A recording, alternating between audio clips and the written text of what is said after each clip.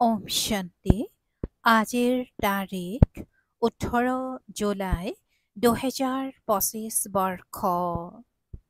প্ৰাতঃ মুৰলী বাপদাদা মধুবন। আজিৰ পিতাৰ অমৃতবাণী হৈছে, মৰমৰ সন্তানসকল, নিজৰ ওপৰত নিজেই দয়া কৰা। পিতাই যি শ্ৰীমত দিয়ে সেইমতে চলি থাকা। পিতাৰ শ্ৰীমত হৈছে, সন্তানসকল, সময় নষ্ট নকৰিবা, চিধা কাৰ্য কৰা। পিতাৰ শ্ৰীমত হৈছে, সন্তানসকল, সময় নষ্ট নকৰিবা, চিধা কাৰ্য কৰা। আৰু আজিৰ প্ৰশ্ন, যিসকল ভাগ্যশালী সন্তান আছে তেওঁলোকৰ মুখ্য ধাৰণা কি হ'ব? যিসকল ভাগ্যশালী সন্তান আছে তেওঁলোকৰ মুখ্য ধাৰণা কি হ'ব? পিতাই উত্তৰত কৈছে, ভাগ্যশালী সন্তানসকলে পুৱাতে উঠি পিতাক অতি মৰমেৰে স্মৰণ কৰিব, বাবাৰ সৈতে মধুৰ বাৰ্তালাপ কৰিব, কেতিয়াও নিজৰ প্ৰতি নিৰ্দয় নহ'ব। তেওঁলোক সন্মান সহকাৰে উত্তীৰ্ণ হ'বলৈ পুৰুষাৰ্থ কৰি নিজক ৰজাৰ লায়ক কৰি তুলিব। ওম শান্তি। সন্তানসকল পিতাৰ সন্মুখত বহি আছে, গতিকে এইটো জানা যে আমাৰ বেসদৰ পিতা হয় আৰু আমাক বেসদৰ সুখ দিবৰ কাৰণে শ্ৰীমত দি আছে। তেওঁৰ কাৰণে গায়নী কৰা হয়, দয়াশীল মুক্তিদাতা বহুত মহিমা কৰে।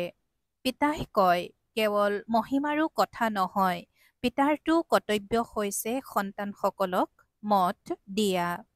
বেসদৰ পিতায়ো মত দিয়ে, উচ্চতকৈও উচ্চ হৈছে পিতা, গতিকে নিশ্চয় তেওঁৰ মতো উচ্চতকৈও উচ্চ হ'ব। মত লওঁতাসকল হৈছে আত্মা। মত লওঁতাসকল হৈছে আত্মা। ভাল বা বেয়া কাম আত্মাইহে কৰে।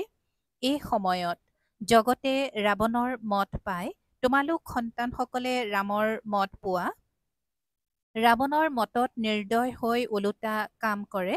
পিতাই মত দিয়ে, চিধা ভাল কাম কৰা।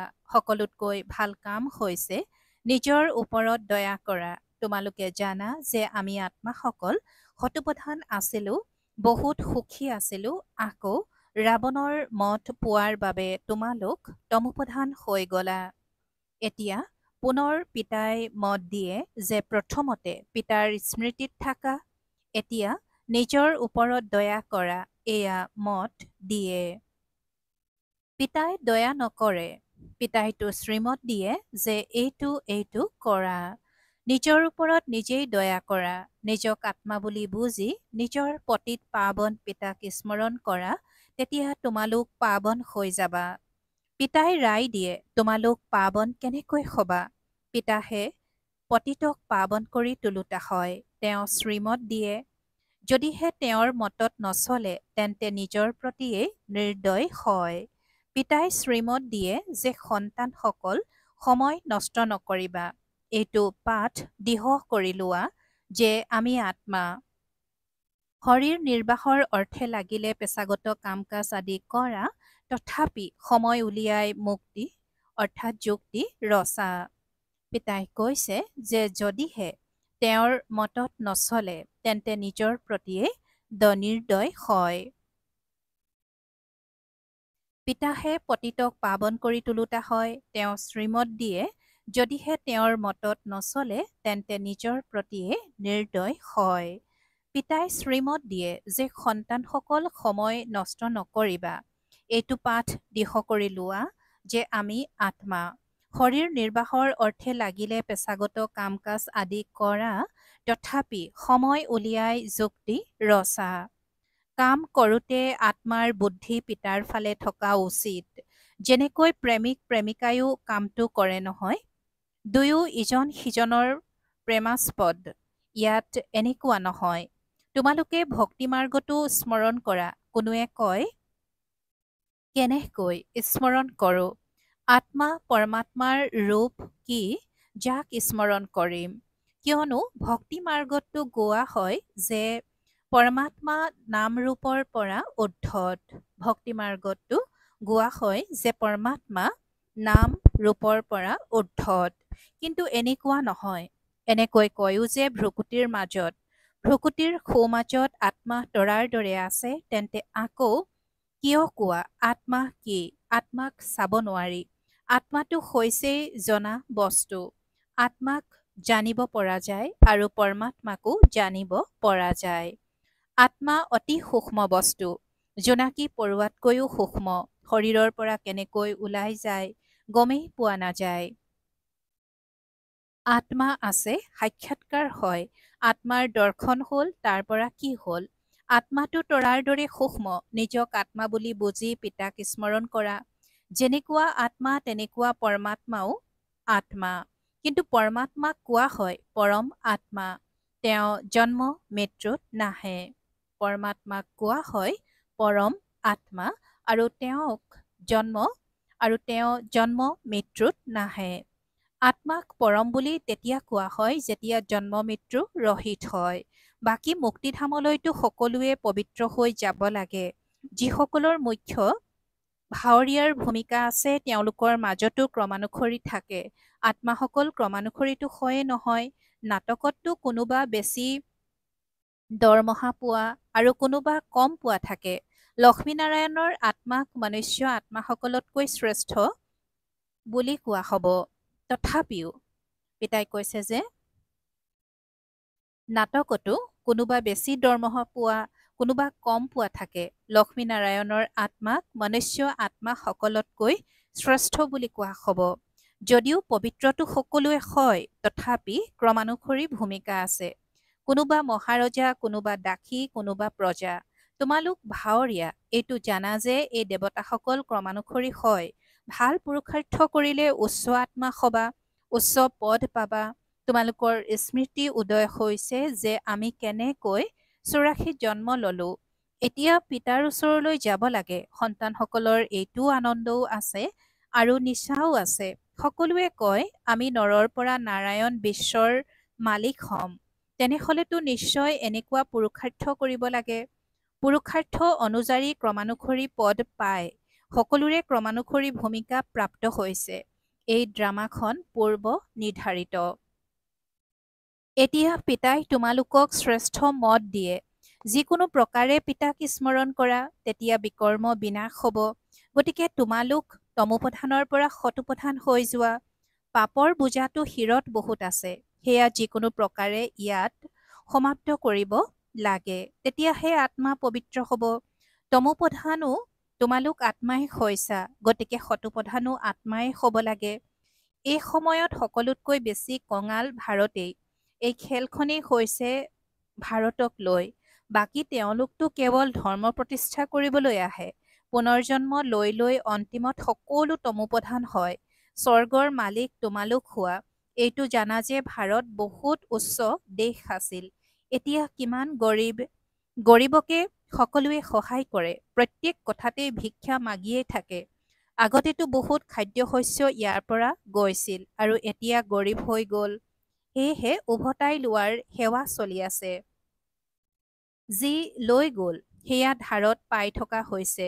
শ্ৰীকৃষ্ণ আৰু খ্ৰীষ্টিয়ান ৰাশি একেটাই। শ্ৰীকৃষ্ণ আৰু খ্ৰীষ্টিয়ান ৰাশি একেটাই। খ্ৰীষ্টিয়ানেই ভাৰতক গিলি পেলাইছে আৰু এতিয়া আকৌ ড্ৰামা অনুসৰি তেওঁলোক পৰস্পৰ যুদ্ধ কৰে। মাখন তোমালোক সন্তানসকলেই পাই যোৱা। এনেকুৱা নহয় যে শ্ৰীকৃষ্ণৰ মুখত মাখন আছিল। এয়াতো শাস্ত্ৰত লিখি দিছে। গোটেই সৃষ্টি শ্ৰীকৃষ্ণৰ হাতলৈ আহি যায়। গোটেই বিশ্বৰ তোমালোক মালিক হোৱা। তোমালোক সন্তানসকলে জানা যে আমি বিশ্বৰ মালিক হওঁগৈ, গতিকে তোমালোক কিমান আনন্দিত হোৱা উচিত। তোমালোকৰ খোজে প্ৰতি পদম কেৱল এযোৰ লক্ষ্মীনাৰায়ণৰ ৰাজত্ব নাছিল। ৰাজবংশ আছিল নহয়। যেনেকুৱা ৰজা ৰাণী তেনেকুৱা প্ৰজা। সকলোৰে চৰণত পদম। তাততো গণনাতীত ধন থাকে। ধনৰ কাৰণে কোনো পাপ আদি নকৰে। প্ৰচুৰ ধন থাকে। আল্লাহ অবলুদ্দিনৰ খেল দেখুৱাই নহয়। আল্লাহ যি অবলুদ্দিন অৰ্থাৎ যিয়েই দেৱ দেৱী দেৱী দেৱতা ধৰ্ম প্ৰতিষ্ঠা কৰে, ছেকেণ্ডত জীৱন মুক্তি দি দিয়ে, ছেকেণ্ডত সাক্ষাৎকাৰ হৈ যায়, অপৰিসীম সম্পদ দেখুৱায়। মীৰাই সাক্ষাৎকাৰত শ্ৰীকৃষ্ণৰ সৈতে নৃত্য কৰিছিল। সেয়া আছিল ভক্তিমাৰ্গ, আৰু ইয়াৰ ভক্তিমাৰ্গৰ কথা নাই। তোমালোকেতো বৈকুণ্ঠত বাস্তৱত গৈ ৰাজত্ব কৰিবা, ভক্তিমাৰ্গত কেৱল সাক্ষাৎকাৰ হয়। এই সময়ত তোমালোক সন্তানসকলৰ লক্ষ্য উদ্দেশ্যৰ সাক্ষাৎকাৰ হয়। এইটো জানা যে আমি এয়া হ'মগৈ। সন্তানসকলে পাহৰি যায়, সেয়েহে বেজ দিয়া হয়। এতিয়া আমি বেহদৰ পিতাৰ সন্তান হৈছো, কিমান আনন্দিত হোৱা উচিত। এইটোতো বাৰে বাৰে দৃঢ় কৰি দিয়া উচিত, কিন্তু মায়া বিপক্ষে আছে, সেয়েহে সেই আনন্দ উৰি যায়। পিতাক স্মৰণ কৰি থাকিলে তেতিয়া নিচা থাকিব। বাবাই আমাক বিশ্বৰ মালিক কৰি তোলে, আকৌ মায়াই পাহৰাই দিয়ে। তেতিয়া কিবা নহয় কিবা বিকৰ্ম হৈ যায়। তোমালোক সন্তানসকলৰ স্মৃতি উদয় হৈছে। আমি 84 জন্ম লৈছো, অন্য কোনেও 84 জন্ম নলয়, এইটো বুজিব লাগে। যিমান মই স্মৰণ কৰিম সিমান উচ্চ পদ পাম। আকৌ আনক নিজৰ সমানকৈও গঢ়ি তুলিব লাগে, প্ৰজা তৈয়াৰ কৰিব লাগে। ঘৰৰ পৰাই কল্যাণ কৰা আৰম্ভ হয়। তীৰ্থলৈও প্ৰথমে নিজে যায়, তাৰ পাছত মিত্ৰ সম্বন্ধীয় আদিকো একেলগে লৈ যায়। গতিকে তোমালোকেও সকলোকে প্ৰেমেৰে বুজোৱা, সকলোৱে নুবুজিব। একেখন ঘৰতে পিতাই বুজিলে সন্তানে নুবুজিব। একেখন ঘৰতে পিতাই বুজিলে সন্তানে নুবুজিব। মাতা পিতাই যিমানেই সন্তানসকলক নকওক যে পুৰণি সৃষ্টিৰ প্ৰতি অন্তৰৰ আকৰ্ষণ নাৰাখিবা, তথাপিও কথা নুশুনিব, অশান্ত কৰি দিয়ে। যিসকল ইয়াৰ পুলি হ'ব, তেওঁলোকহে পুনৰ আহি বুজিব। চোৱা, এইটো ধৰ্ম প্ৰতিষ্ঠা কেনেকৈ হয়। অন্য ধৰ্মাৱলম্বীসকলৰ পুলি ৰোপণ কৰা নহয়। তেওঁলোকতো ওপৰৰ পৰা আহে, তেওঁলোকৰ অনুগামীসকলো আহি থাকে। এওঁতো অৰ্থাৎ শিৱ বাবা স্থাপনা কৰে, আকৌ সকলোকে পাৱন কৰি লৈ যায়। সেইবাবে তেওঁক সদ্গুৰু মুক্তিদাতা বুলি কোৱা হয়। সঁচা গুৰু এজনেই। মনুষ্যই কেতিয়াও কাৰো সদ্গতি নকৰে। সদ্গতিদাতা হয়ে এজন, তেওঁকহে সদ্গুৰু বুলি কোৱা হয়। ভাৰতক সঁচাখণ্ড আৰু তেওঁৱে কৰি তোলে। ৰাৱণে মিছাখণ্ড কৰি দিয়ে। পিতাৰ বাবেও মিছা আৰু দেৱতাসকলৰ বাবেও মিছা কৈ দিয়ে।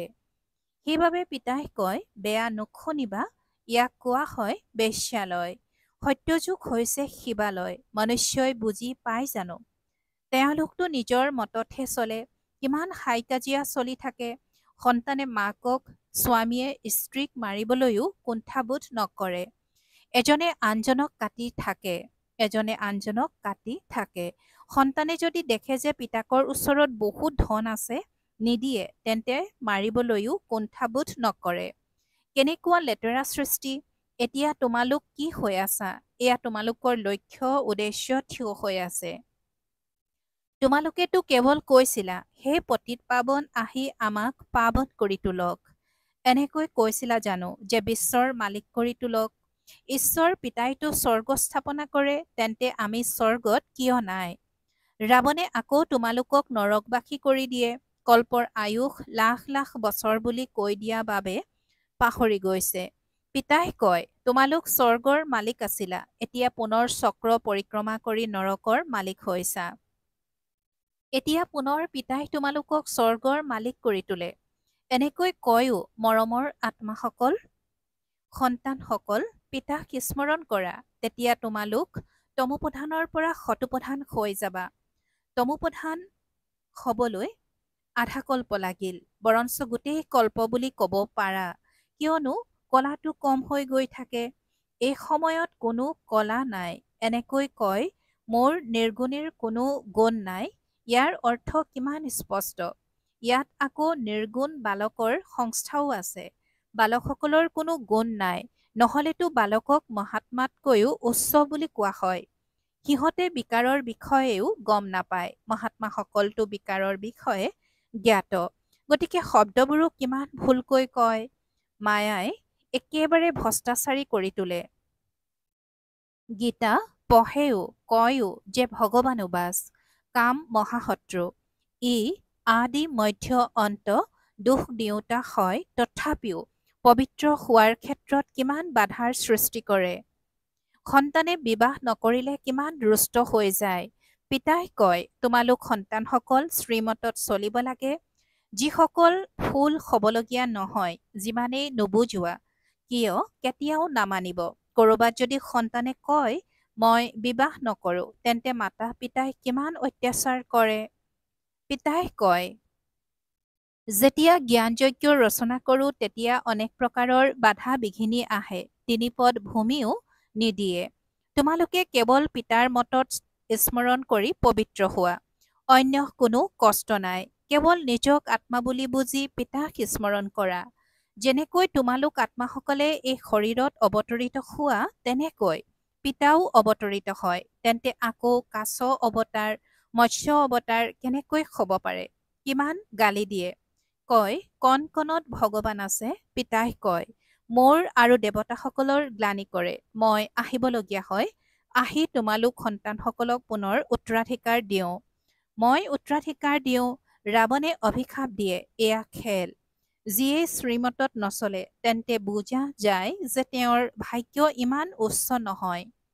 ভাগ্যৱানসকলে ৰাতিপুৱাই উঠি স্মৰণ কৰিব, বাবাৰ সৈতে বাৰ্তালাপ কৰিব। নিজক আত্মা বুলি বুজি পিতাক স্মৰণ কৰা, তেতিয়া বিকৰ্ম বিনাশ হ'ব। আনন্দৰ পাৰাও ঊৰ্ধ্বগামী হ'ব। যিসকল সন্মান সহকাৰে উত্তীৰ্ণ হয়, তেওঁলোকহে ৰাজ্য ভাগ্যৰ লায়ক হ'ব পাৰে। কেৱল এযোৰ লক্ষ্মীনাৰায়ণে ৰাজত্ব নকৰে, ৰাজবংশ থাকে। এতিয়া পিতাই কয়, তোমালোক কিমান স্বচ্ছ বুদ্ধিৰ হৈ যোৱা। ইয়াক কোৱা হয় সৎসংগ। সৎসংগ এজনৰেই হয়, যিজন পিতাই সঁচা জ্ঞান দি সঁচাখণ্ডৰ মালিক কৰি তোলে। কল্পৰ সংগমতেই সত্যৰ সংগ পোৱা যায়। স্বৰ্গত কোনো প্ৰকাৰৰ সৎসংগ নাথাকে। স্বৰ্গত কোনো প্ৰকাৰৰ সৎসংগ নাথাকে। এতিয়া তোমালোক হলা আত্মিক মুক্তি বাহিনী। পিতাই কৈছে যে এতিয়া তোমালোক হলা আত্মিক মুক্তি বাহিনী। তোমালোকেই বিশ্বৰ বৈতৰণি পাৰ হোৱা। তোমালোকক মুক্ত কৰোতা শ্ৰীমত দিওঁতা হৈছে পিতা। তোমালোকৰ মহিমা অতি শ্ৰেষ্ঠ। পিতাৰ মহিমা, ভাৰতৰ মহিমা অপৰম অপাৰ। তোমালোক সন্তানসকলৰো মহিমা অপৰম অপাৰ। তোমালোক ব্ৰহ্মাণ্ডৰো আৰু বিশ্বৰো মালিক হোৱা। মইতো কেৱল ব্ৰহ্মাণ্ডৰ মালিক হওঁ, পূজাও তোমালোকৰ ডবল হয়।